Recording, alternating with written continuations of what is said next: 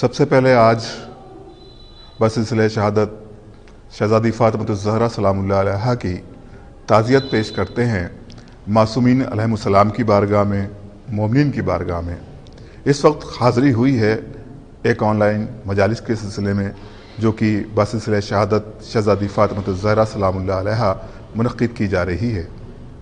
یہ مجلس غم خواران شہزادی فاطمۃ الزہرا بی بی فاطمۃ الزہرا کی جانب سے، بالخصوص رشد صاحب کی جانب سے مجلس کا انعقاد آن لائن کیا جا رہا ہے۔ اس وقت کی مجلس کو خطیب اہل بیت عالی جناب مولانا میثم زیدی صاحب قبلہ خطاب فرمائیں گے اور تلاوت کے فرائض انجام دیں گے محترم قاری ندیم نجفی صاحب۔ اس مجلس کے طفیل میں ہم دعا گو ہیں کہ پروردگار رشد مرتضیٰ صاحب کی بیٹی یشرا زہرا کو صحت کاملہ و عاجلہ عطا کرے بتصدق چاردہ معصومین علیہم السلام۔ آئیے حضرات، اب ہم باقاعدہ طور پر مجلس کا آغاز کرتے ہیں اور تلاوت کلام ربانی کے لیے گزارش کرتے ہیں محترم قاری ندیم نجفی صاحب سے کہ وہ تشریف لائیں اور تلاوت کلام پاک سے باقاعدہ طور پر مجلس کا آغاز فرمائیں۔ اللہم صلی علی محمد و آل محمد۔ اعوذ باللہ من الشیطان اللعین الرجیم۔ بسم اللہ الرحمن الرحیم۔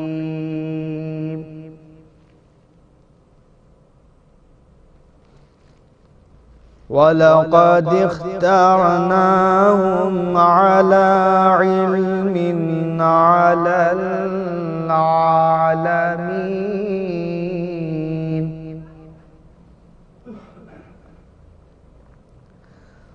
وَآتَيْنَاهُمْ مِنَ الْآيَاتِ مَا فِيهِ بَلَاءٌ مُبِينٌ۔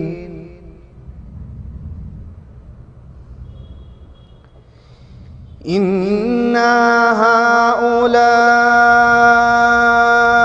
لَا يَقُولُونَ إِنْ هِيَ إِلَّا مَوْتَاتُنَا الْأُولَى وَمَا نَحْنُ بِمُنشَرِينَ۔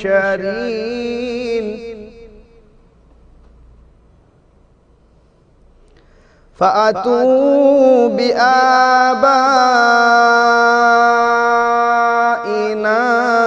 إِن كُنتُمْ صَادِقِينَ۔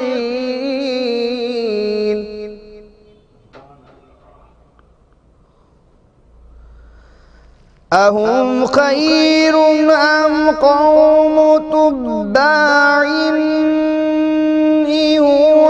وَالَّذِينَ مِنْ قَبْلِهِمْ أَهْلَكْنَاهُمْ إِنَّهُمْ كَانُوا مُجْرِمِينَ۔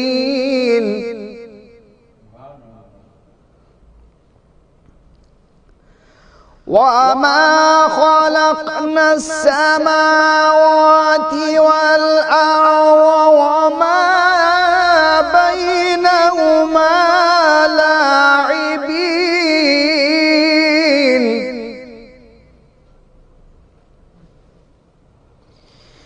إِنَّ يَوْمَ الْفَصْلِ مِيقَاتُهُمْ أَجْمَعِينَ يَوْمَ لَا يُغْنِي مَوْلًى عَنْ مَوْلًى شَيْئًا وَلَا هُمْ يُنصَرُونَ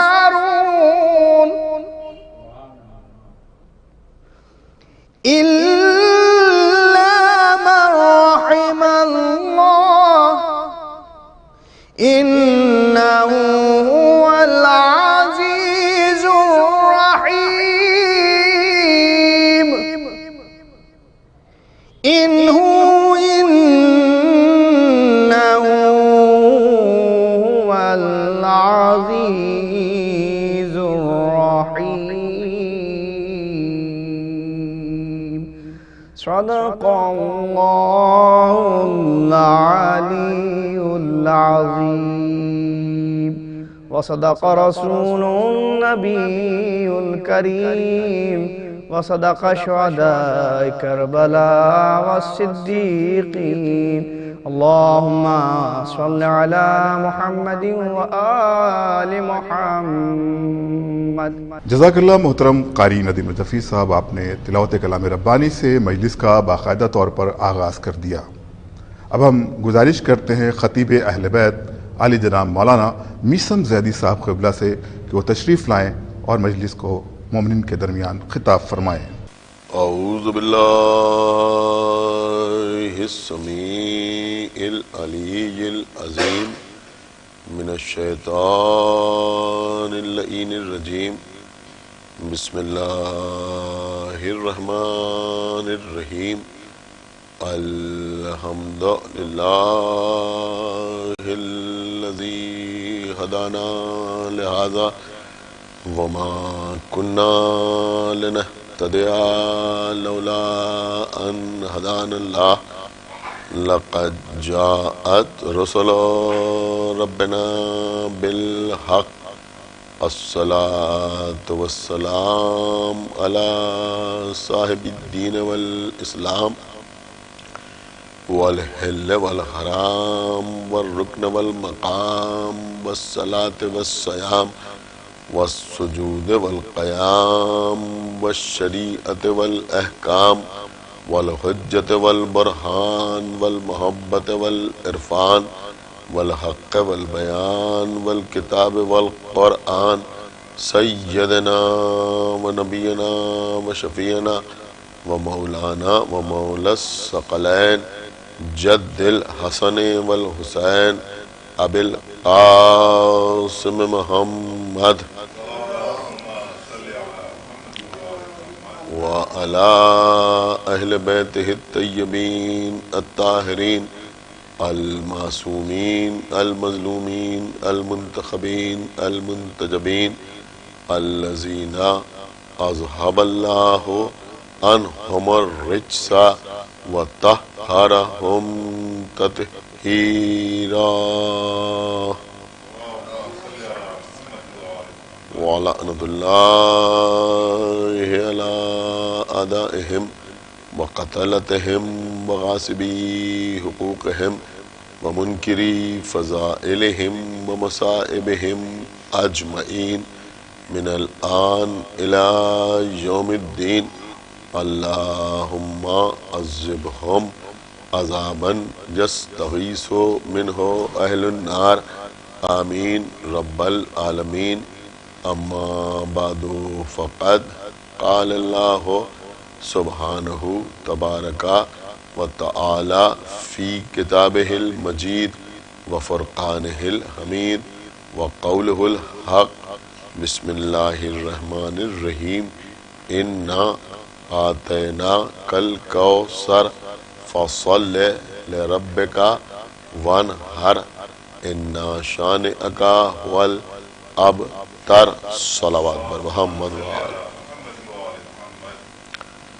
حضرات، کیونکہ یہ مجلس شہزادی کونین بنت رسول ام الحسنین حضرت فاطمہ زہرا صلوات اللہ وسلام علیہا کی شہادت کے سلسلے میں منعقد ہو رہی ہے، اس مناسبت سے میں نے آغاز مجلس کے لیے سورہ کوثر کا انتخاب کیا. قرآن مجید کا سب سے مختصر یعنی سب سے چھوٹا سورہ جو صرف اور صرف 3 آیات پر مشتمل ہے. بسم اللہ الرحمن الرحیم کے بعد خالق کائنات اپنے حبیب کو مخاطب کرتے ہوئے یہ آواز دے رہا ہے کہ انا آتینا کل کوثر، ہم نے آپ کو کوثر عطا کیا ہے. فصل لربک وانحر، اس کوثر کے، اس نعمت کے، اس انعام کے شکرانے کے طور پر آپ نماز پڑھیں. وانحر، اور قربانی پیش کریں. ان شانئک والابتر، آپ ابتر نہیں ہیں بلکہ آپ کے دشمن ابتر ہیں۔ مختلف مفسرین نے اور مترجمین نے کوثر کے الگ الگ معانی تحریر کیے ہیں۔ کسی نے لکھا کہ کوثر سے مراد نعمت ہے، کسی نے لکھا کہ کوثر سے مراد رحمت ہے، کسی نے لکھا کہ کوثر سے مراد خیر کثیر ہے، کسی نے لکھا کہ کوثر سے مراد پیغمبر کی امت ہے۔ لیکن عزیزو، اس وقت مجھے کیونکہ اختصار کے ساتھ آپ کی خدمت میں عرض کرنا ہے، لہذا میں ایک بات آپ کی خدمت میں یہ عرض کروں کہ غیر شیعہ مفسرین میں ابن کثیر سے لے کر علامہ مودودی تک، یعنی آپ تفسیر ابن کثیر پڑھیں اور اس کے بعد آنے والی تمام تفاسیر کو پڑھتے چلے آئیں۔ علامہ مودودی کی کتاب تفہیم القرآن، جس پہ انہوں نے قرآن کی تفسیر تحریر فرمائی ہے اور اس دور میں بہت زیادہ مشہور و معروف ہے اور لوگ اسے معتبر اور مستند سمجھتے ہیں اور اپ ٹو ڈیٹ بھی سمجھتے ہیں، یا پھر ان علماء کی تفاسیر کو پڑھیں کہ جن علماء نے اپنی مرضی سے، اپنی رائے سے قرآن مجید کی تفسیر کو حرام سمجھا، یعنی ہمارے فرقے اور ہماری ملت کے علماء جنہوں نے تفسیر بالرائے کو کبھی پسند نہ کیا اور جائز نہ سمجھا، بلکہ قرآن مجید کی تفسیر ہمیشہ اقوال معصومین کے حوالے سے تحریر کی۔ یعنی ہمارے علماء یہ نہیں لکھتے کہ یہ قرآن کی آیت ہے، اس سلسلے میں ہماری یہ رائے ہے یا ہمارا یہ خیال ہے، بلکہ وہ لکھتے ہیں کہ اس سلسلے میں مثلا مولا کائنات یہ ارشاد فرماتے ہیں، یا امام حسین یہ فرماتے ہیں، امام حسن یہ فرماتے ہیں، امام زین العابدین علیہ الصلوۃ والسلام یہ فرماتے ہیں، امام جعفر صادق علیہ الصلوۃ والسلام یہ فرماتے ہیں۔ یعنی قرآن صامت کو سمجھنے کے لیے ہمیشہ قرآن ناطق کا سہارا لیتے ہیں۔ تو چاہے غیر شیعہ حضرات کی کوئی تفسیر ہو یا کسی شیعہ کی لکھی ہوئی کوئی تفسیر ہو، جس نے بھی سورہ کوثر کی تفسیر تحریر کی ہے، اس نے ایک واقعہ نزول سورہ کوثر کے سلسلے میں ضرور تحریر کیا ہے، اور میں سمجھتا ہوں کہ وہی واقعہ لفظ کوثر کے معنی کو سمجھنے میں سب سے زیادہ مددگار ثابت ہوتا ہے، اور وہ واقعہ ایسا ہے کہ جس میں کسی قسم کا کوئی اختلاف مابین مسلمین نہیں پایا جاتا۔ وہ واقعہ یہ ہے کہ ایک شخص تھا کہ جس کا نام تھا عاص ابن وائل۔ اس شخص نے کلمہ پڑھ لیا تھا لیکن اس کے دل میں ایمان نہیں تھا، یا یوں کہا جائے کہ منافق تھا، مجبوراً اس نے کلمہ پڑھ لیا تھا۔ تو ایک دن یہ پیغمبر سے گفتگو کر رہا تھا، بات کر رہا تھا۔ جب پیغمبر سے گفتگو کر کے آگے بڑھا تو ایک اور شخص سے اس کی ملاقات ہوئی۔ جب اس سے اس کی ملاقات ہوئی تو اس نے اس سے پوچھا کہ تم کس سے بات کر رہے تھے؟ تو اگر یہ مومن ہوتا، دل میں ایمان ہوتا، تو کہتا کہ میں طٰہٰ سے بات کر رہا تھا، میں یاسین سے بات کر رہا تھا، میں مزمل سے بات کر رہا تھا، میں مدثر سے بات کر رہا تھا، میں بشیر سے بات کر رہا تھا، میں نذیر سے بات کر رہا تھا، میں نور اول سے بات کر رہا تھا، میں خلق اول سے بات کر رہا تھا، میں صاحب لولاک سے بات کر رہا تھا، میں صاحب معراج سے بات کر رہا تھا۔ لیکن اس نے یہ نہیں کہا، بلکہ اس نے کہا کہ میں ابتر سے بات کر رہا تھا۔ اب جب اس نے یہ گستاخانہ جملہ اپنی زبان پر جاری کیا کہ یہ آواز پیغمبر کے کانوں تک پہنچی۔ جب پیغمبر نے سنا کہ اس نے مجھے ابتر کہا تو پیغمبر کے دل پر چوٹ لگی۔ جب پیغمبر کے دل پر چوٹ لگی، پیغمبر ملول ہوئے، پیغمبر کو افسوس ہوا، پیغمبر رنجیدہ ہوئے، تو اللہ نے پیغمبر کی تسلی اور تشفی کے لیے یہ سورہ نازل فرمایا، جس میں اللہ نے کہا اِنَّا أَعْطَيْنَاكَ الْكَوْثَرَ، کہ یہ آپ کو ابتر کہہ رہے ہیں مگر ہم نے آپ کو کوثر عطا کیا ہے۔ ایک صلوات پڑھیں بر محمد وآلہ۔ اب دیکھیں، میں سمجھتا ہوں کہ اب فیصلہ کرنا آسان ہے کہ جب عاص ابن وائل نے پیغمبر کو ابتر کہا اور اسی سورے میں اس کی طرف اشارہ بھی ہو گیا، اللہ نے کہا فَصَلِّ لِرَبِّكَ وَانْحَرْ، آپ اپنے رب کے لیے نماز پڑھیں اور قربانی پیش کریں۔ اِنَّ شَانِئَکَ هُوَ الْأَبْتَرُ، آپ ابتر نہیں ہیں بلکہ آپ کے دشمن ابتر ہیں۔ تو اب ایک جملہ میں آپ کی خدمت میں عرض کروں، اور میں سمجھتا ہوں کہ یہی فیصلہ کن جملہ ہے کہ اب کوثر کے معنی کے سلسلے میں بحث کی ضرورت نہیں ہے، بلکہ ایک فیصلہ یہ ہو گیا کہ کوثر ابتر کا جواب ہے۔ آپ نے غور فرمایا، ابتر کا جواب کوثر ہے۔ تو اگر ابتر کے معنی سمجھ میں آ جائے تو پھر کوثر کے معنی سمجھ میں آنا بڑا آسان ہے۔ تو اب سوال یہ ہوتا ہے کہ یہ لوگ پیغمبر کو ابتر کیوں کہتے تھے، کس لیے پیغمبر کو ابتر کہتے تھے، اور ابتر کہہ کے خوش کیوں ہوتے تھے؟ دیکھیے ابتر کے بہت سے معنی موجود ہیں لغات میں، لیکن تفاسیر میں ابتر کے 3 ہی معنی ملتے ہیں۔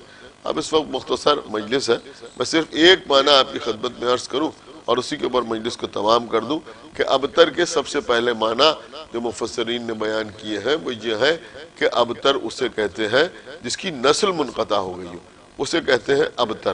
تو اللہ نے پیغمبر کو جتنے بیٹے عطا کیے، ایسا نہیں کہ اللہ نے پیغمبر کو بیٹے نہیں عطا کیے، جناب طیب، جناب طاہر، جناب قاسم، جناب قاسم کی وجہ سے پیغمبر کو ابو القاسم کہا جاتا ہے۔ تو آپ خطبے میں سنتے ہیں پیغمبر اسلام کی کنیت ہے ابو القاسم، ابو القاسم کا مطلب قاسم کے باپ۔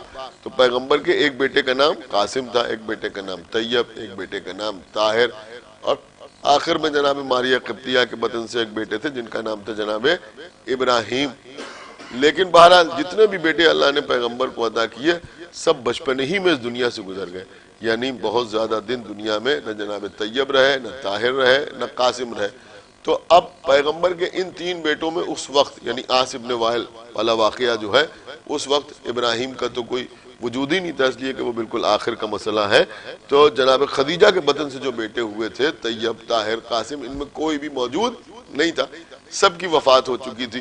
تو اب لوگ پیغمبر کو ابتر کہہ کے یوں خوش ہوتے تھے کہ ان کا کوئی بیٹا موجود نہیں ہے، لہذا اب ان کی نسل آگے نہیں بڑھنے والی۔ وہ یہ سوچ سوچ کے خوش ہوتے تھے کہ ہم نے مجبوراً کلمہ تو پڑھ لیا، لیکن چونکہ پیغمبر کی نسل آگے نہیں بڑھے گی، لہذا اب ہمیں اختیار ہوگا کہ پیغمبر کی آنکھ بند ہونے کے بعد ہم اپنے پرانے دین کی طرف پلٹ جائیں گے۔ ہم ہوں گے لات، منات، عزا، حبل، جس کی چاہیں گے اس کی عبادت کریں گے، جیسے چاہیں گے ویسا دین اختیار کریں گے، اس لیے کہ پیغمبر کے بعد ان کی کوئی اولاد موجود نہیں ہے۔ یہ سوچ سوچ کے وہ خوش ہوتے تھے۔ ان معنوں میں وہ پیغمبر کو ابتر کہتے تھے۔ اب آپ مجھے بتائیں کہ اگر وہ ان معنوں میں پیغمبر کو ابتر کہتے تھے تو اللہ پیغمبر سے کیا کہے گا؟ اب کیا اللہ پیغمبر سے کہے گا یہ تمہیں ابتر کہہ رہے ہیں، ہم نے تمہیں حوض کوثر عطا کیا؟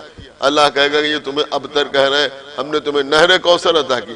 اللہ کہے گا یہ تمہیں ابتر کہہ رہے ہیں، ہم نے تمہیں امت عطا کی؟ یہ تمہیں ابتر کہہ رہے ہیں، ہم نے تمہیں شریعت عطا کی؟ تو پھر ماننا پڑے گا کہ کیونکہ یہ ان معنوں میں پیغمبر کو ابتر کہہ رہے ہیں تو اللہ کہے گا کہ ہم نے آپ کو اولاد کثیر عطا کی۔ ایک صلوات پڑھے محمد و آل محمد۔ ہم نے آپ کو کثرت نسل عطا کی، یہی تو معنی ایگزسٹ کرتے ہیں نا، یا اس کے علاوہ کچھ اور، کہ ہم نے آپ کو کثرت نسل عطا کی۔ دیکھیے عزیزو، ایک پیغام بھی میں آپ کی خدمت میں عرض کر دوں، اور میں سمجھتا ہوں کہ یہ ایسا پیغام ہے جو مسلمانوں کو ساری دنیا تک پہنچانا چاہیے کہ دیکھو حقیقت میں اسلام کا پیغام کیا ہے۔ یہ زمانہ وہ زمانہ ہے جب ہر طرف سے آواز اٹھ رہی کہ بیٹی بچاؤ اور دختر کی حفاظت کرو، اور بیٹی بھی ویسی ہی ہے جیسے بیٹا ہے، اور بیٹیوں کو بد مادر میں قتل نہ کرو۔ صلوات پڑھیں محمد و آل۔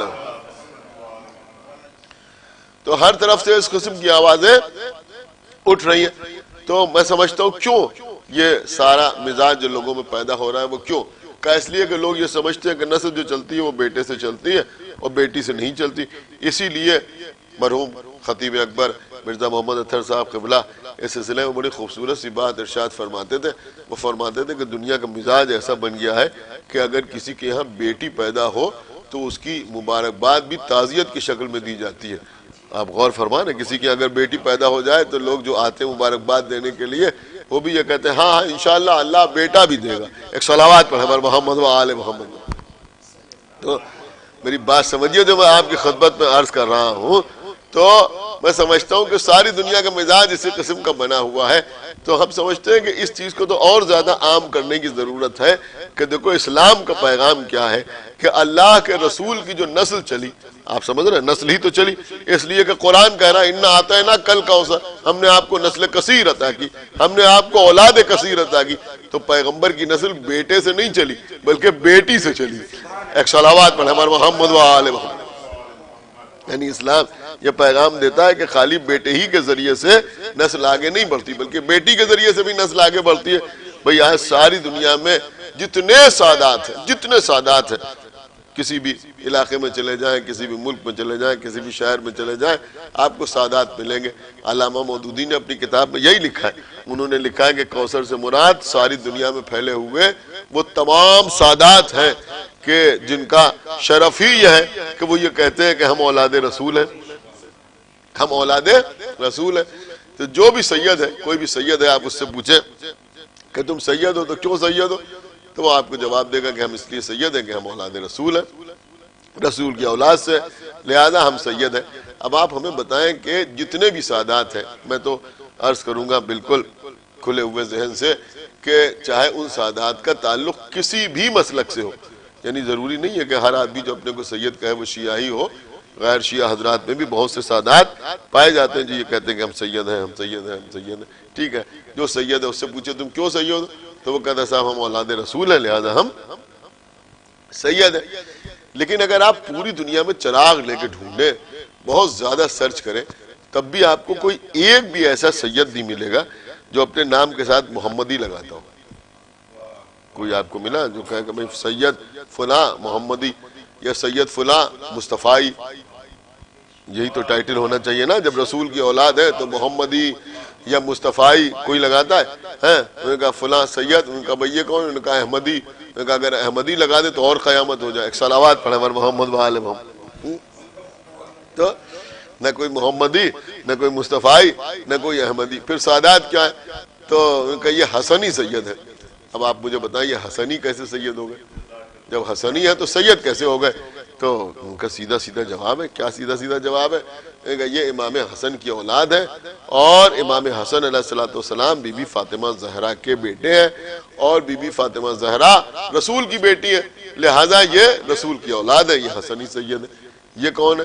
یہ سید ہے، ان کے نام میں لگتا ہے حسینی، ان کے نام میں لگتا ہے حسینی۔ لیکن یہ مجلس آن لائن ہو رہی ہے لہذا دور دور تک لوگ سنیں گے، لہذا میں چاہتا ہوں کہ جو سنے ہو سکتا ہے کوئی بچہ سن رہا ہو تو اس کے معلومات میں اضافہ ہو جائے۔ بزرگ تو بہتر طریقے سے جانتے ہوں گے کہ یہ جتنے سادات اپنے کو حسینی لکھتے ہیں، یہ امام حسین علیہ السلام کی نسبت سے اپنے کو حسینی نہیں لکھتے، بلکہ امام زین العابدین علیہ السلام کے ایک بیٹے تھے جن کا نام تھا حسین الاصغر۔ تو جو حسین الاصغر کی اولاد ہے، یعنی عام طور پر امام زین العابدین علیہ السلام کی نسل سے جتنے سادات ہیں وہ اپنے کو عابدی لکھتے ہیں، لیکن حسین الاصغر کیونکہ خود بھی صاحب کرامت تھے، یعنی ہمارے ائمہ کی جو اولادیں ہیں تو ظاہر سی بات ہے کہ امام کی ہر بیٹا امام کا امام تو نہیں ہوا، معصوم تو نہیں ہوا، لیکن کچھ بیٹوں کو کچھ کرامتیں حاصل ہوئیں اور کچھ مخصوص شرف حاصل ہوئے۔ تو اسی طرح کی ایک شخصیت ہے جناب حسین الاصغر۔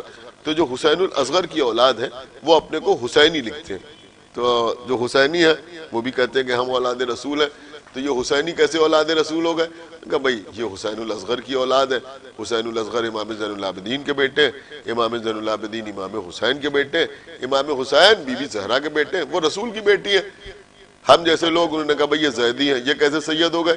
کہ بھئی یہ زید شہید کی اولاد ہے، اور زید شہید امام زین العابدین کے بیٹے، امام زین العابدین امام حسین کے بیٹے، امام حسین بی بی زہرا کے بیٹے، اور وہ رسول کی بیٹی ہیں۔ یہ عابدی ہے تب بھی سلسلہ وہیں جاتا ہے۔ یہ کون ہے؟ کہ باقری سید ہے۔ کیسے باقری سید ہے؟ کہ یہ امام محمد باقر کی اولاد ہے، اور وہ امام زین العابدین کے بیٹے، اور وہ امام حسین کے بیٹے، اور وہ بی بی زہرا کے بیٹے، اور بی بی زہرا رسول کی بیٹی۔ اب آپ غور کرتے چلے جائیں، جعفری سید ہوں، موسوی سید ہوں، کاظمی سید ہوں۔ موسوی اور کاظمی تو ایک ہی ہوتے ہیں، کہیں رواج یہ ہے کہ لوگ اپنے کو موسوی لکھتے ہیں کیونکہ امام کا نام موسیٰ کاظم تھا، کچھ لوگ اپنے کو کاظمی لکھتے ہیں کہ جو موسوی ہیں وہی کاظمی ہیں، جو کاظمی ہیں وہی موسوی ہیں۔ تو جو موسوی یا کاظمی سید ہیں ان کا سلسلہ بھی بی بی فاطمہ زہرا پہ جا کے تمام ہو جاتا ہے، جو رضوی سید ہیں ان کا سلسلہ بھی چلتا ہے، یہ رضوی ہیں تو امام رضا کے بیٹے ہیں، امام رضا امام موسیٰ کاظم کے بیٹے ہیں، وہ امام جعفر صادق کے بیٹے ہیں، وہ امام محمد باقر کے بیٹے ہیں، وہ امام زین العابدین کے بیٹے ہیں، وہ امام حسین کے، وہ بی بی فاطمہ زہرا کے بیٹے، اور بی بی فاطمہ زہرا رسول کی بیٹی ہے۔ اسی طرح سے یہ کون ہے کہ تقوی سید ہے، جو تقوی ہیں، کچھ لوگ تقوی لکھتے ہیں، کچھ اپنے کو جوادی لکھتے ہیں، اس لیے کہ امام محمد تقی علیہ الصلوۃ والسلام کے القاب ہے، تقی بھی ان کا لقب ہے اور جواد بھی ان کا لقب ہے، تو وہ جوادی ہو یا تقوی ہو، ان کا سلسلہ بھی جا کے کہاں تمام ہوتا ہے کہ امام حسین، اور امام حسین بی بی زہرا کے بیٹے اور بی بی زہرا رسول کی بیٹی۔ یہ میں آپ کا وقت خرچ نہیں کر رہا ہوں، بلکہ بڑی اہم بات آپ کی خدمت میں عرض کر رہا ہوں۔ ایسے ہی امام علی نقی کی اولاد وہ نقوی کہلاتی ہے، ان کا سلسلہ بھی جا کے بی بی زہرا پہ تمام ہوتا ہے۔ میں صرف ایک بات کہنا چاہتا ہوں، دیکھیں بڑی آرگومنٹری بات ہے، اس کو آپ سمجھنے کی کوشش کریں کہ ساری دنیا میں سادات پھیلے ہوئے ہیں، ہر مذہب میں، ہر مسلک میں سادات پائے جاتے ہیں، ہر مسلک میں، چاہے شیعہ ہو، سنی ہو، کسی بھی فرقے سے تعلق رکھتے ہو، لیکن سادات ہر جگہ ملیں گے۔ ہر سید یہ کہتا ہے کہ میں اولاد رسول ہوں، لیکن کوئی اپنے کو حسنی کہتا ہے، کوئی حسینی کہتا ہے، کوئی زیدی کہتا ہے، کوئی تقوی کہتا ہے، کوئی نقوی کہتا ہے، کوئی موسوی کہتا ہے، کوئی کاظمی کہتا ہے، اور سب اپنا رشتہ بی بی زہرا سے جوڑتے ہیں کہ بی بی زہرا کی اولاد ہے اور وہ رسول کی بیٹی ہے۔ اب جو لوگ کہتے ہیں کہ رسول کی تین بیٹیاں اور تھیں، تو اگر رسول کی 3 بیٹیاں اور تھیں تو دنیا میں کسی کونے سے کوئی سید تو سامنے آئے جو کہے کہ میں رسول کی فلاں بیٹی کی اولاد ہوں یا فلاں بیٹی کی اولاد ہوں یا فلاں بیٹی کی اولاد ہوں، لیکن ایسے کسی سید کا سامنے نہ آنا یہ بتاتا ہے کہ ساری دنیا یہ سمجھتی ہے کہ نہ بی بی زہرا کے علاوہ رسول کی کوئی بیٹی ہے، نہ حسنین کے علاوہ رسول کا کوئی بیٹا ہے۔ صلوات پڑھیں بر محمد وآل محمد۔ بس بات کو تمام کیا تو یہ بی بی زہرا صلوات اللہ السلام علیہ کی ذات گرامی ہے کہ اللہ بھی اپنے نبی سے کہہ رہا ہے کہ ہم نے آپ کو کوثر عطا کیا ہے، یعنی ہم نے آپ کو فاطمہ زہرا جیسی بیٹی عطا کی ہے۔ اب آپ اس کے شکرانے کے طور پر نماز پڑھیں، اس کے شکرانے کے طور پہ آپ نماز پڑھیں۔ ایک بات میں ضرور آپ کی خدمت میں عرض کروں گا، دیکھیں تبلیغ نماز کے سلسلے میں نہ معلوم کیا کیا نعرے لوگ ایجاد کرتے ہیں اور اسٹیکرز کی شکل میں لگا دیتے ہیں یا واٹس ایپ کے اوپر پوسٹ کرتے ہیں، فیس بک پہ ڈالتے ہیں کہ آپ کو نماز پڑھنے کی فرصت نہیں، تعجب ہے۔ بہرحال اس جملے کو پڑھ کے اگر کوئی نماز پڑھنے لگے تو اس کا اجر ضرور حاصل ہوگا، اس لیے کہ تبلیغ نماز کے لیے ایک جملہ ہے، حدیث معصوم نہیں ہے، حدیث رسول نہیں ہے یا کسی اور معصوم کا کوئی قول نہیں ہے، لیکن بہرحال جملہ اچھا ہے، چلیے ٹھیک ہے۔ انہوں نے کہا کہ کام سے کہیے کہ ہمیں نماز پڑھنا ہے، نماز سے مت کہیے کہ ہمیں کام کرنا، یہ بھی جملہ بہت اچھا ہے۔ نماز پڑھیے قبل اس کے کہ آپ کی نماز پڑھی جائے، یہ ہم سمجھتے ہیں ملک الموت کے سٹائل کی تبلیغ ہے کہ نماز پڑھیے قبل اس کے کہ آپ کی نماز پڑھی جائے، لیکن چلیے یہ بھی ٹھیک ہے، بہتر ہے۔ لیکن ایک جملہ میں آپ کی خدمت میں عرض کر رہا ہوں اس مجلس کے حوالے سے کہ بھئی تبلیغ نماز کے لیے میں سمجھتا ہوں کہ اس سے بہتر کوئی اور تبلیغ نماز کے لیے جملہ ہم جیسے یعنی خاطی انسانوں سے ممکن نہ ہوگا کہ اللہ اپنے حبیب سے کہہ رہا ہے کہ ہم نے آپ کو زہرا جیسی بیٹی دی، ہم نے آپ کو کوثر عطا کیا ہے، اولاد کثیر عطا کی ہے، فاطمہ زہرا جیسی بیٹی دی ہے، لہذا آپ نماز پڑھیں ون ہر۔ بہت توجہ آپ حضرات کی چاہتا ہوں، تو بھیا رسول اس لیے نماز پڑھیں کہ انہیں فاطمہ جیسی بیٹی ملی ہے، اور ہم اس لیے نماز پڑھیں کہ ہمیں فاطمہ جیسی بخشوانے والی ملی ہے۔ ایک صلوات پڑھیں ہمارے محمد وآل محمد۔ بس آخر میں صرف ایک بات اور تقریر تمام، اس کے بعد ہے ون ہر، فصل لربک ون ہر۔ ون ہر کے معنی کیا ہے؟ عام طور پر کوئی بھی ترجمہ کیا ہوا قرآن اٹھا کے آپ دیکھیں تو اس میں ملے گا آپ کو ون ہر کا مطلب قربانی پیش کریں، لیکن علامہ ابن کثیر نے بھی لکھا ہے اور ہمارے علماء نے جو تفاسیر لکھی ہے اس میں بھی لکھا ہے کہ ون ہر کا مطلب صرف قربانی نہیں بلکہ ون ہر کا مطلب رفع یدین۔ رفع یدین کا مطلب ہوتا ہے دونوں ہاتھوں کا اٹھانا، دونوں ہاتھوں کا اٹھانا، اور چونکہ نماز کے ساتھ اس کا تذکرہ کیا گیا ہے لہٰذا انہوں نے لکھا کہ اس سے مراد جو ہے وہ رفع یدین ہے۔ اور حوالہ علامہ ابن کثیر نے بھی دیا ہے امام محمد باقر علیہ السلام کا، کہ امام محمد باقر علیہ السلام نے ارشاد فرمایا ہے کہ ون ہر سے مراد ہے اور رفع یدین کرے، یعنی دونوں ہاتھوں کو بلند کریں. جب اللہ اکبر کہیں تو دونوں ہاتھوں کو بلند کریں. دیکھیے یہ اللہ اکبر کہتے وقت دونوں ہاتھوں کو بلند کرنا خاص طور سے تکبیرۃ الاحرام کے وقت، یعنی نیت کرنے کے بعد جب آپ کہتے ہیں اللہ اکبر. دیکھیے یہ بات بچوں تک پہنچنا بہت ضروری ہے کہ جب نماز پڑھیں تو بہت زیادہ عجلت پہ نہ پڑھیں، بلکہ جب اللہ اکبر کہیں تو حکم یہ ہے کہ جب ہاتھ اٹھائیں تو جب تک اللہ اکبر کی رے ادا نہ ہو جائے مکمل طور پر، اس وقت تک ہاتھ اسی پوزیشن میں رہیں، یعنی اٹھے رہیں، ہاتھ نیچے نہ آئے جب تک اللہ اکبر کی رے ادا نہ ہو جائے. اسے کہتے ہیں رفع یدین. ہمارے چھٹے امام امام جعفر صادق علیہ الصلوۃ والسلام ارشاد فرماتے ہیں کہ ہر شے کی کوئی نہ کوئی زینت ہوتی ہے. پھر فرمایا کہ رفع یدین نماز کی زینت ہے. رفع یدین جو ہے یہ کیا ہے؟ نماز کی زینت ہے. تو ایک جگہ تو بالکل واجب ہے، اس کے بغیر نماز ہی نہیں ہوتی ارکان نماز میں، لیکن باقی مقامات پر بھی رفع یدین جو ہے وہ کیا ہے کہ نماز کی زینت ہے. جب بھی اللہ اکبر کہیں تو دونوں ہاتھوں کو کانوں تک اٹھائیں. اب ایک بات ہم اپنے مطلب کی ضرور آپ کی خدمت میں عرض کریں گے کہ مسلمانوں کے 73 فرقوں میں صرف ہمارا ہی فرقہ ہے کہ جس کی نماز کی ابتدا بھی رفع یدین سے ہوتی ہے اور نماز تمام بھی رفع یدین پر ہوتی ہے. ایک صلوات پڑھیں بر محمد و آل محمد. یہ کوئی معمولی بات نہیں، یعنی آخر میں جب نماز تمام ہوتی ہے تب بھی 3 بار اللہ اکبر اللہ اکبر اللہ اکبر کہتے ہیں تو دونوں ہاتھوں کو کانوں تک بلند کرتے ہیں. اس کو کہتے ہیں رفع یدین، یعنی دونوں ہاتھوں کا بلند کرنا، دونوں ہاتھوں کا بلند کرنا. تو یہ نبی کو جو حکم دیا جا رہا ہے کہ دونوں ہاتھوں کو بلند کرو، یہ کس کے لیے؟ کَإِنَّا آتَيْنَا الْكَوْثَرَ، ہم نے آپ کو زہرا جیسی بیٹی عطا کی ہے، اس لیے آپ نماز پڑھیں اور رفع یدین کریں، دونوں ہاتھوں کو کانوں تک بلند کریں. بس آخری نکتہ ہے یا جملہ ہے جو بھی آپ سمجھیے، پیغمبر اسلام کی یہ بھی حدیث ہے کہ پیغمبر اسلام نے ارشاد فرمایا کہ اگر علی نہ ہوتے تو میری بیٹی فاطمہ کا کوئی کفو نہ ہوتا. کفو کا مطلب شوہر نہیں ہوتا، نہ کفو کا مطلب زوجہ ہوتی.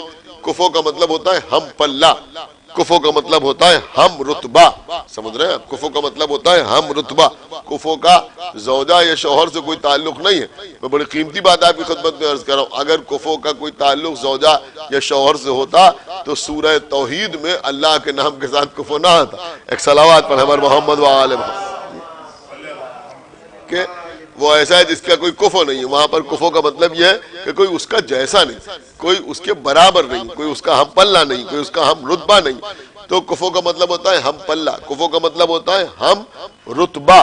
تو پیغمبر نے فرمایا کہ اگر علی نہ ہوتے تو فاطمہ کا کوئی کفو نہ ہوتا، کوئی کفو نہ ہوتا اگر علی نہ ہوتے. تو اب یہ سمجھ میں آیا کہ جیسے زہرا ویسے علی، یا جیسے علی ویسے زہرا. تو اب حکم بھی تو برابر ہی کا آئے گا نا. تو اللہ پیغمبر سے کہہ رہا ہے جب مصلی پہ آئیے تو ہم نے آپ کو فاطمہ زہرا جیسی بیٹی عطا کی ہے، لہذا دونوں ہاتھوں کو بلند کیجئے. میں کچھ عرض کر رہا ہوں، دونوں ہاتھوں کو بلند کیجئے.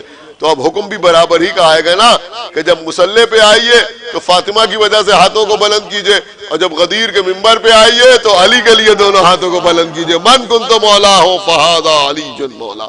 ایک صلوات پڑھیں پر محمد و آل محمد. اسی لیے عزیزو اتنی محبت تھی پیغمبر اسلام کو اپنی بیٹی سے کہ ہر نماز کے بعد اور ہر نماز سے پہلے بی بی زہرا کے دروازے پر آتے تھے. اور جب نماز سے پہلے بی بی زہرا کے دروازے پہ آتے تھے تو آواز دیتے تھے کہ اے اہل بیت نبوت تم پر صلوات ہو. اور جب نماز پڑھنے کے بعد بی بی زہرا کے دروازے پہ آتے تھے تو آگے آواز دیتے تھے کہ اے اہل بیت نبوت تم پر ہمارا سلام. اب آپ ذرا غور کریں کہ پیغمبر اسلام جس بیٹی کے در پہ آ کے سلام کر رہے ہیں اسی بی بی کے گھر کا دروازہ جلایا جا رہا ہے. ایک ہجوم بی بی کے دروازے کے اوپر، اور صرف دروازہ جلایا نہیں گیا بلکہ جلتا ہوا دروازہ بی بی کے اوپر گرایا بھی گیا. یہ سارے مصائب جو آپ صرف اس مجلس میں نہیں سن رہے، خداوند عالم تمام وہ حضرات کہ جو کسی طرح سے بھی پریشان ہیں مومنین میں، ان کی پریشانیوں کو دور کرے. اس مجلس کے معنی ہمارے وکیل صاحب کی بیٹی کو بھی خداوند عالم صحت کاملہ عطا فرمائے. بس عزیزوں ظاہر سی بات ہے کہ ساری بیماریاں اپنی جگہ ہیں، لیکن اہل بیت کا ذکر ہی سب سے بڑی شفا ہے. سب سے بڑی شفا ہے۔ ہاں عزیزوں، یہ گھرانہ وہ گھرانہ ہے کہ جو فطرت کو بال و پر عطا کرنے والا ہے، یہ گھرانہ وہ گھرانہ ہے جو مردوں کو حیات عطا کرنے والا ہے۔ تو یہاں سے کیا نہیں ملتا، لیکن ہاں عزیزوں اسی بیوی کے دروازے پر لکڑیاں جمع کی جائیں۔ آپ مختلف مجالس میں مصائب سنیں گے، لیکن میں سمجھتا ہوں کہ سارے مصائب ایک طرف ہیں، کچھ مصرے، کچھ اشعار شعراء کی زبان سے ایسے نکل جاتے ہیں جو آفاقی ہوتے ہیں، جن کا کوئی جواب نہیں ہوتا۔ حماد اہل بیت شہید محسن نقوی نے جو یہ مطلع کہا ہے، اس مطلع کا کوئی جواب نہیں کہ اس قوم کے رونے کو یہی بات بڑی ہے، اس قوم کے رونے کو یہی بات بڑی ہے، زہرا بھرے دربار میں حق مانگ رہی۔ آپ غور کریں عزیزوں، جس بیٹی کی وجہ سے اللہ نے سورہ کوثر نازل کیا، رسول کی وہ بیٹی بھرے ہوئے دربار میں اپنا حق مانگ رہی، اور بی بی کو ان کا حق دیا نہیں جا رہا۔ جب واپس آئی ہیں مسلسل روتی رہتی، گریہ کرتی رہتی۔ مولا علی نے پوچھا، بی بی ایک خطہ اراضی چلا گیا، آپ اتنا گریہ کر رہی؟ بی بی نے فرمایا کہ میں ایک خطہ اراضی کے جانے پر گریہ نہیں کر رہی ہوں، بلکہ میں تو اس بات پر گریہ کر رہی ہوں کہ میرے بابا نے مجھے صدیقہ کہا تھا اور مجھے بھرے ہوئے دربار میں جھٹلایا گیا، میری بات نہ مانی گئی۔ میں کہوں گا بی بی آپ کی بات نہیں مانی گئی، آپ کو آپ کا حق نہیں دیا گیا۔ اے بی بی آپ نے زندگی بھر گریہ کیا، لیکن جب آپ دربار میں گئیں تو کم سے کم سر پہ چادر تو تھی۔ اے بی بی سامنے کسی کا کٹا ہوا سر تو نہیں رکھا ہوا تھا، اے بی بی کوئی عزیز لوہے میں جکڑا ہوا تو نہیں کھڑا ہوا تھا، اے بی بی کچھ اور بیویاں آپ کے گھر کی رسن بستہ تو نہیں تھی، لیکن جب آپ کی بیٹی زینب دربار شام میں جائیں گی تو کیا عالم ہوگا کہ زینب کے سر پر چادر نہ ہوگی، ساتھ میں رسن بستہ بیویاں ہوں گی، بیمار بھتیجا ہوگا جس کے ہاتھوں میں دوہری دوہری ہتکڑیاں ہوں گی، پیروں میں بیڑیاں ہوں گی، گلے میں توق خاردار ہوگا، کمر میں لنگر ہوگا، سامنے بھائی حسین کا کٹا ہوا سر رکھا ہوا ہوگا۔ عزیزوں شہادت کے سلسلے کی مجلس ہے، رسول کی بیٹی 18 سال کی عمر، 18 سال کی عمر کیا ہوتی ہے؟ 18 سال کی عمر زمانہ بتایا کہ 18 سال کی عمر کیا ہوتی ہے، لیکن 18 سال کی عمر میں بی بی عصائے پیری لے کے چلنے لگی۔ وہ مظالم ہوئے کہ بی بی نے اپنے بابا کی قبر پہ جا کر قبر کی مٹی اپنی پیشانی پر لگائی اور پھر یہ نوحہ پڑھا، سبت علیہ وصائب اللہ ونہا سبت علی الایام سرنا لیالیا، میرے اوپر اتنی مصیبتیں پڑی کہ اگر دنوں پر پڑھتی تو مثل شب تاریخ کے ہو جاتے۔ ہاں عزیزوں کیسے کیسے مظالم بی بی پہ ڈھائے گئے۔ ایک دن وہ بھی آیا کہ رسول کی بیٹی رسول پر روتے روتے اس دنیا سے گزر گئی۔ بس عزیزوں میں نے مجلس کو تمام کیا، بی بی کی وصیت کے مطابق مولا علی نے اپنے ہاتھوں سے غسل دیا، لیکن جب علی غسل دے رہے تھے تو ایک مرتبہ چیخ مار کے روئے۔ علی جیسا صابر، علی جیسا صبر کرنے والا، ایک مرتبہ چیخ مار کے مولا علی روئے۔ عزیزوں جب مولا علی چیخ مار کے روئے اور باہر آئے تو جناب عمار یاسر نے پوچھا کہ یا علی ہم نے آپ کا جیسا صابر نہیں دیکھا، یا آج آپ چیخ مار کے کیوں روئے؟ کہ میں اس لیے رویا کہ جب میں غسل دے رہا تھا تو میں نے دیکھا کہ سیدہ کی پسلیاں شکستہ ہو گئی تھی۔ یا علی صرف آپ نے بی بی کی پسلیوں کو شکستہ دیکھا تو یا علی آپ سے گوارا نہ ہوا، چیخ مار کر روئے۔ ارے ذرا کربلا کے میدان میں آگے دیکھیے آپ کی بیٹی زینب کیا دیکھ رہی ہے کہ زینب ایک بلندی پر کھڑی ہوئی ہے، گھوڑے دوڑ رہے ہیں، حسین کا لاشا پامال ہو رہا ہے۔ ابھی زینب نے دیکھا کہ ہر کے قبیلے والے ہر کا لاشا اٹھا کے لے گئے، اور جب جا رہے تھے تو یہ کہہ رہے تھے کہ جس کے قبیلے والے موجود ہوتے ہیں، جس کے وارث موجود ہوتے ہیں، اس کے لاشے کو پامال نہیں کیا جاتا۔ یہ آواز بی بی زینب کے کانوں میں بھی آئی تھی۔ عزیزوں اب جو حسین کا لاشا پامال ہونا شروع ہوا، زینب نے مدینے کی طرف دیکھا، اے نانا رسول خدا، نجف کی طرف دیکھا، اے بابا علی مرتضی، ارے ہر کے قبیلے والوں نے ہر کے لاشے کو بچا لیا، لیکن میرے بھیا حسین کا لاشا پامال ہو رہا ہے، کوئی بچانے والا نہیں۔